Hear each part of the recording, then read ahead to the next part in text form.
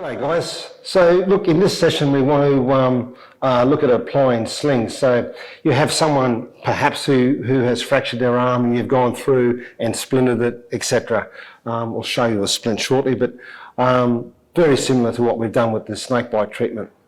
So with your slings, your triangular bandage is probably one of the most versatile pieces of equipment that you have in your first aid kit. So this is just a piece of calico which is 1 metre by 1 metre, and it's cut down through the centre there. Now, with this 3 slings we're going to do, so the first one we're going to do is just a normal arm sling. So this is the one you probably most commonly see.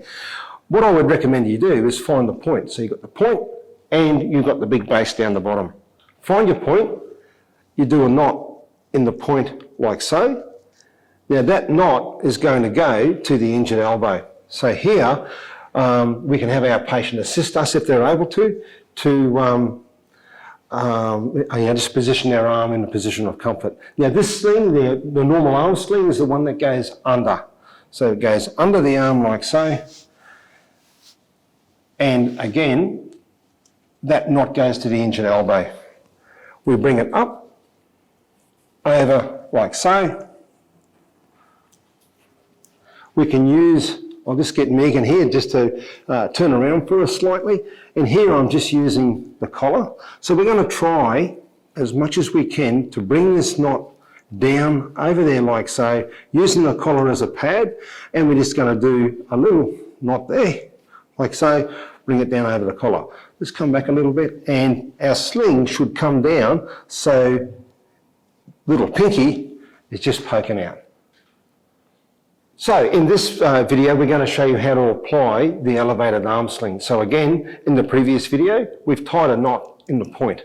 The point, or that knot, always goes to the injured elbow. With the assistance of your patient, or someone else going to give you a hand here, this sling goes over. Okay, over like so. So that tail comes up and over like so. And with the back of your hand always, we're going to bring that through like so. Just adjust it up. And alrighty. So now I'm just going to get Megan to turn around for us. So here what we want to do is we want to actually twirl the end of this around. So what that's going to do is envelope that sling. It's going to, and then we just tie it off, again under the collar in this particular case, just a little knot. Okay, we're just going to come back and we just adjust that up. Okay, so that's your elevated arm sling.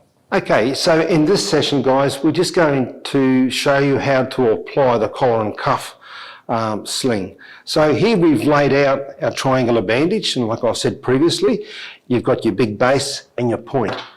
So I said before, this is one of the most versatile pieces of equipment you can have. You can bring your point down to your base and bring your point down to your base. Now, I know these aren't elastic, etc., but we talk about using clothing, some other types of pieces of equipment as bandages. Here at this stage, you could even roll that up and use it as a roller bandage. In this particular case, what we're going to do is just bring it down one more. Here, and this is the simple way of doing this, I'm going to make a 9 and I'm going to make a 6, like so. We have those 2 rings there. What we need to do here is grab those rings and bring them in, like so.